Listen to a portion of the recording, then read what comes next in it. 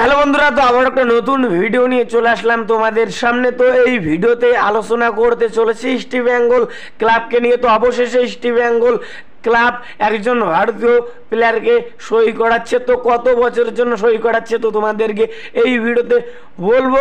তো প্লেয়ারটার main position হলো midfielder. তো মিডফিল্ডার পজিশনে কিন্তু খেলে। তো কোচ অস্কার ব্রিজনের কিন্তু পছন্দের কিন্তু প্লেয়ার। তো কোন প্লেয়ারকে সই করাচ্ছে তো তোমাদেরকে এই ভিডিওতে বলবো। তো ভিডিওটা কিন্তু গুরুত্বপূর্ণ হতে চলেছে। তো পুরো ভিডিও দেখার জন্য কিন্তু অনুরোধ রইল তোমাদের কাছে। আর ভিডিও ভালো লাগলে অবশ্যই একটা লাইক করে চ্যানেলটাকে সাবস্ক্রাইব করে দিও ইস্ট বেঙ্গলের সমস্ত রকম আপডেট পাওয়ার জন্য। তো প্রথম সেমিফাইনাল ম্যাচে কিন্তু জিতলো বেঙ্গালুরু এফসি। তো এফসি গোয়াকে কিন্তু উড়িয়ে দিল 2-0 গোলে।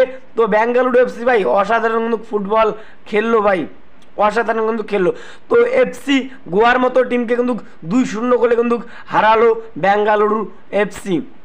যথেষ্ট কিন্তু ভালো খেলেছে। তো বেঙ্গালুরু এফসির খেলা তোমাদের কেমন লাগলো অবশ্যই ভাই কমেন্ট করে জানাও। তো আজকে কিন্তু মোহনবাগানের ম্যাচ রয়েছে, সেমিফাইনাল ম্যাচ জামশেদপুর এফসির সঙ্গে। তো আজকের ম্যাচটাও কিন্তু হাড্ডাহাড্ডি কিন্তু হবে ভাই। তো দুটো টিমেই কিন্তু জিততে চাইবে এই গুরুত্বপূর্ণ ম্যাচ। তো তোমরা অবশ্যই ভাই কমেন্ট করে জানাও আজকের সেমিফাইনাল ম্যাচে কোন টিম জিতবে, মোহনবাগান নাকি জামশেদপুর এফসি। তো অবশ্যই ভাই কমেন্ট করে জানাও। তো এবার যেটা আপডেট দেবো তোমাদেরকে গুরুত্বপূর্ণ আপডেট ইস্ট বেঙ্গল ক্লাবকে নিয়ে। তো অস্কার ব্রুজেনের সঙ্গে কিন্তু আরও একটা বছরের কন্ট্রাক্ট বাড়িয়েছে। তো তোমরা সকলে জানো। তো অস্কার ব্রুজেন কিন্তু নিজের পছন্দ মতো কিন্তু দল সাজাবে। তো নিজের পছন্দ মতো কিন্তু প্লেয়ার আনবে ইস্ট বেঙ্গল টিমে। তো যে প্লেয়ারটাকে সই করাচ্ছে তো সেই প্লেয়ারটা হলো পাঞ্জাব এফসির প্লেয়ার নিখিল প্রভু। তো নিখিল প্রভুকে তো তোমরা সকলেই চেনো, যথেষ্ট ভাই ভালো মানের মিডফিল্ডার। তো এই সিজনে পাঞ্জাব এফসির জার্সি গায়ে কিন্তু দুর্দান্ত কিন্তু খেলেছে এই নিখিল প্রভু। তো প্লেয়ারটার পায়ে কিন্তু খেলা রয়েছে, যথেষ্ট ভাই ভালো মানের প্লেয়ার। তো অস্কার ব্রিজনের কিন্তু পছন্দ হয়েছে নিখিল প্রভুকে। তো এই নিখিল প্রভুর কিন্তু খেলা কিন্তু পছন্দ হয়েছে।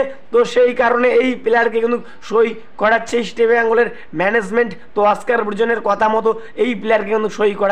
তো এরকম কিন্তু আপডেট পাওয়া যাচ্ছে এই মুহূর্তে।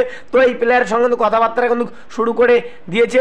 তো এই প্লেয়ারকে 2 বছরে কিন্তু অফার কিন্তু পাঠিয়েছে ইস্ট বেঙ্গলের ক্লাবের তরফ থেকে কিন্তু 2 বছরে কিন্তু অফার কিন্তু পাঠিয়েছে এই নিখিল প্রভুকে। তো যদি সব ঠিকঠাক থাকে এই নিখিল প্রভুকে আমরা আগামী মরশুমে ইস্ট বেঙ্গলের জার্সি গায়ে কিন্তু খেলতে দেখতে পারবো। তো যদি সব ঠিকঠাক থাকে তো এই প্লেয়ারের সঙ্গে কথাবার্তা কিন্তু অনেক দূরে কিন্তু এগিয়েছে। তো এখন এটাই দেখার বিষয় শেষ পর্যন্ত এই প্লেয়ারকে সই করাতে পারে নাকি। তো যদি এই নিখিল প্রভুকে সই করাতে পারে তাহলে ইস্ট বেঙ্গল টিমটা কিন্তু শক্তিশালী হবে আগের থেকে। তো তোমরা বলতেই পারো। তো ভাই এই প্লেয়ারটা যথেষ্ট ভাই ভালো মানের প্লেয়ার। তো এখন এটাই দেখার বিষয় এই নিখিল প্রভুকে সই করাতে পারে নাকি। তো তোমরা অবশ্যই কমেন্ট করে জানাও এই নিখিল প্রভু যদি ইস্ট বেঙ্গল টিমে আসে তাহলে কীরকম হবে। তো আমার মতে এই প্লেয়ার যদি ইস্ট বেঙ্গল টিমে আসে তাহলে সব থেকে কিন্তু ভালো হবে ভাই। তো এরপরে যে আপডেটটা দেবো তোমাদেরকে গুরুত্বপূর্ণ আপডেট ঈশান পান্ডিতাকে নিয়ে। তো ঈশান পান্ডিতাকে তো তোমরা সকলেই চেনো। তো বর্তমানে কেবিএফসির সঙ্গে যুক্ত রয়েছে, অর্থাৎ কেরালা ব্লাস্টার এফসির সঙ্গে কিন্তু যুক্ত রয়েছে। তো কেবিএফসির সঙ্গে এই বছরে 2025 31 কিন্তু কন্ট্রাক্ট কিন্তু শেষ হয়ে যাচ্ছে। তো কেবিএফসি এই প্লেয়ারকে আর রাখছে না কেবিএফসি টিমে, তো তাকে কিন্তু ছেড়ে দিচ্ছে। তো এই ঈশান পান্ডিতাকে দলে নিতে চাইছে আইএসএলের দুটো ক্লাব পাঞ্জাব এফসি এবং নর্থ ইস্ট ইউনাইটেড এফসি। তো এখন এটাই দেখার বিষয় ঈশান পান্ডিতা কেবিএফসি ছেড়ে কোন টিমে যোগ দেয়, নর্থ ইস্ট ইউনাইটেড এফসিতে নাকি পাঞ্জাব এফসিতে। তো এখন এটাই দেখার বিষয়। তো ঈশান পান্ডিতা কোন টিমে যোগ দিলে সব থেকে ভালো হবে অবশ্যই ভাই কমেন্ট করে জানাও। তো সুপার কাপ কিন্তু শুরু হচ্ছে এপ্রিল মাসে। তো সুপার কাপের প্রথম ম্যাচ ইস্ট বেঙ্গলের কেবিএফসির সঙ্গে অর্থাৎ কেরালা ব্লাস্টার এফসির সঙ্গে কিন্তু প্রথম ম্যাচ। তো যদি প্রথম ম্যাচে হেরে যায় তাহলে কিন্তু সুপার কাপ থেকে কিন্তু বিদায় নেবে।